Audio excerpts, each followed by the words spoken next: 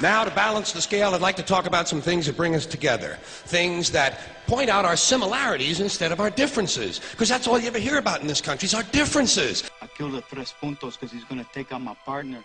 Soy Chicano.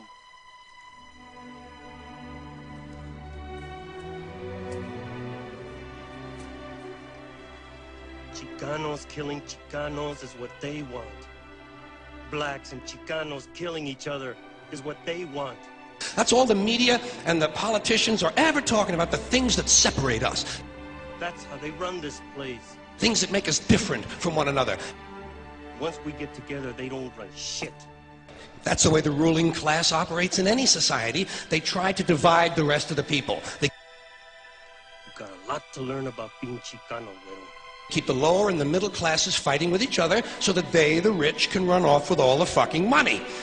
Fairly simple thing, happens to work. I'm no lightweight, and the color of my skin shouldn't keep me out. White is the enemy.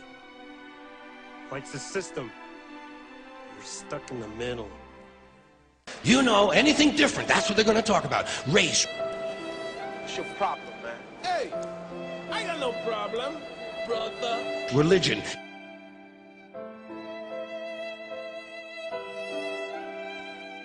Ethnic and national background. Easy on the threats, right? Montana. You got the vatos back there? Jobs, income, Sold out? All of it? education. Let me give you this, which is your scholarship.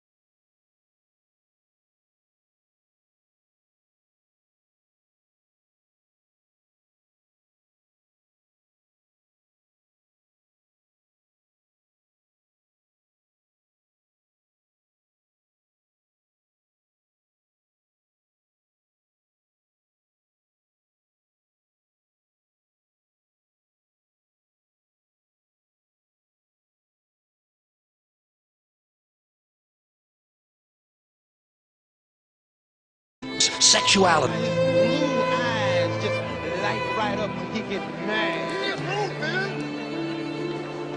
I'll kill you, bitch. You win. Sexuality. Anything they can do, keep us fighting with each other so that they can keep going to the bank.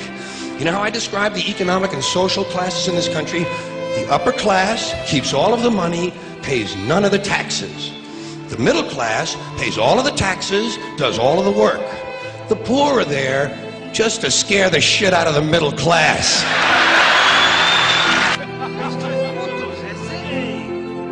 That street bullshit is it's different in a joint. We click together.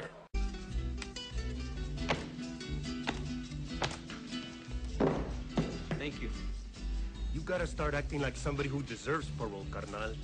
Put it on the record. Earn your freedom on paper, as saying. All they got in front of them is your jacket. You are your jacket. Because to them, you're just a number. Everyone who enters the joint thinks he's a man. But you know what he really is? A number. Worth 30 grand a year.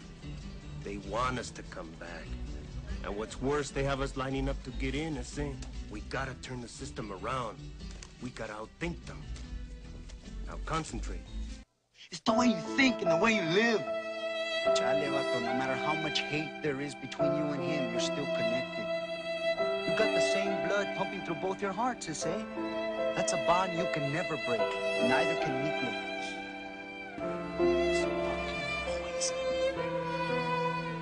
That's who we are. Three vatos locos, full of carnalismo, trying to survive in a fucking war zone. What I know now, bro, is that I need my familia to do it.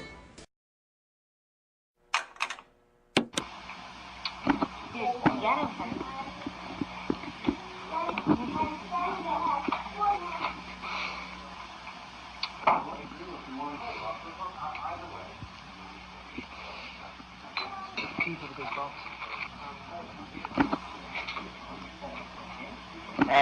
John, could you please tell us what the situation is with you and you're entering the United States? A lot of people don't want me in, you know. They think I'm going to cause a violent revolution, which I'm not. And the others don't want me in because they don't want me to cause peace either, you know. Because peace is big, war is big business, you know, and they like war because it keeps them fat and happy. And I'm anti-war, so they're trying to keep me out, but I'll get in, you know, because they'll have to own up in public that they're against peace, you know. What can we, as the youth of Toronto, like, what can we do to try and help you?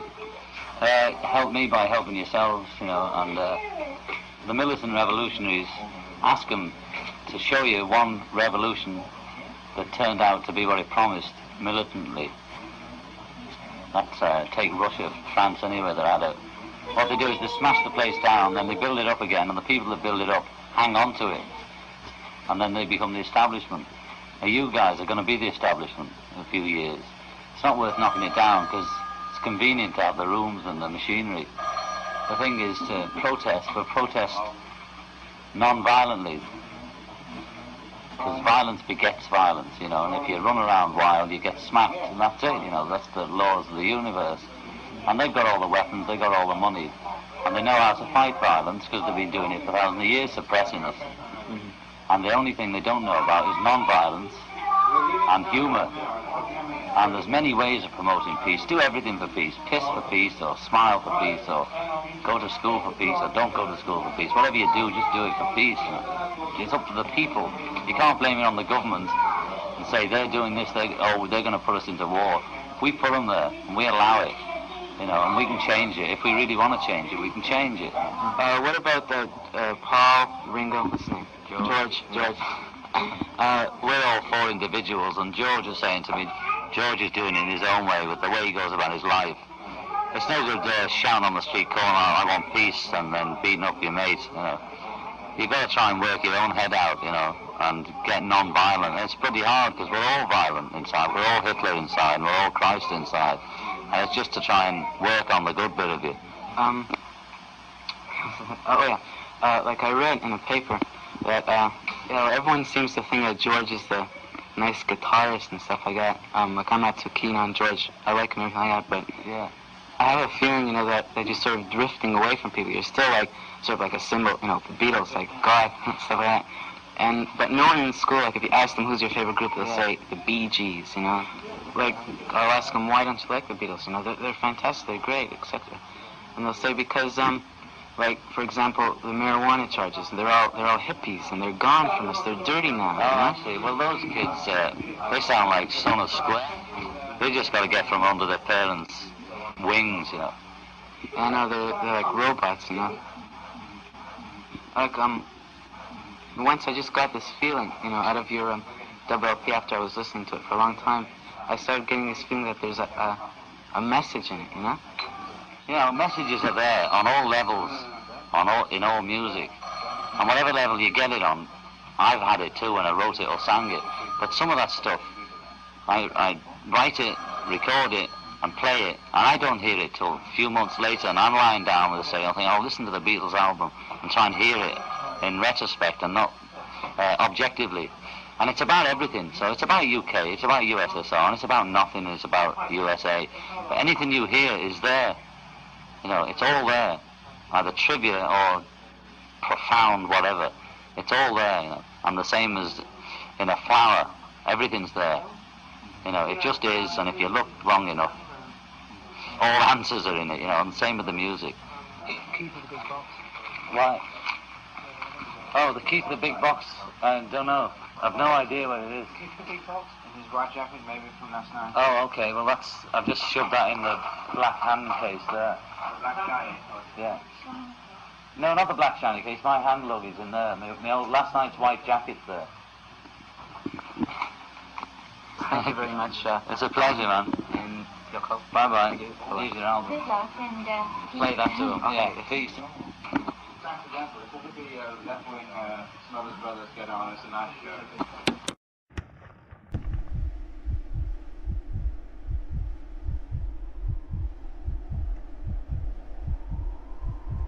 Hello, New World Order. We are anonymous. Over the years, we have been watching you.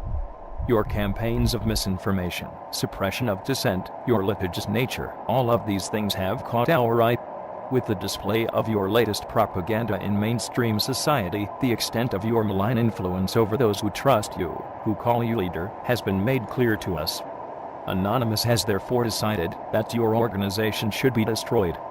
For the good of your followers, for the good of mankind, for the laughs, we shall expel you from society and systematically dismantle the New World Order. In its present form, we acknowledge you as a serious opponent. And we are prepared for a long campaign. You will not prevail forever against the angry masses of the body politic. Your methods, hypocrisy, and the artlessness of your organization have sounded its death knell. You cannot hide. We are everywhere. We cannot die. We are forever. We are getting bigger every day, and solely by the force of our ideas, malicious and hostile, as they often are. If you want another name for your opponent, then call us Legion, for we are many. Yet for all that, we are not as monstrous as you are. Still our methods are parallel to your own. Doubtless you will use the Anon's actions as an example of the persecution you have so long warned your followers would come. This is acceptable. In fact, it is encouraged. We are your resistance. Gradually, as we merge our pulse with that of your order, the suppression of your followers will become increasingly difficult to maintain. Believers will wake and see that liberty has no price. They will know that the stress, the frustration that they feel is not something that may be blamed upon Anonymous. No, they will see that it stems from a source far closer to each. Yes, we are the resistance. But the sum of suppression we could ever muster is eclipsed by that of the New World Order. Knowledge is free. We are Anonymous. We are Legion. We do not forgive. We do not forget. Expect us.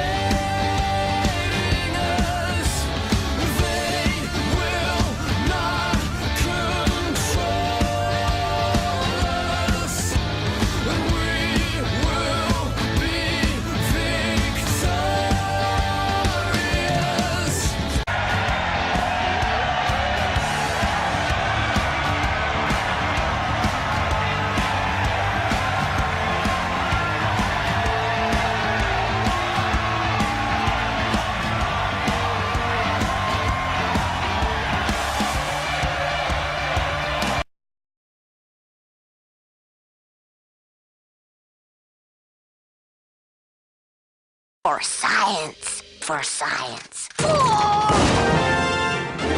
science. For science.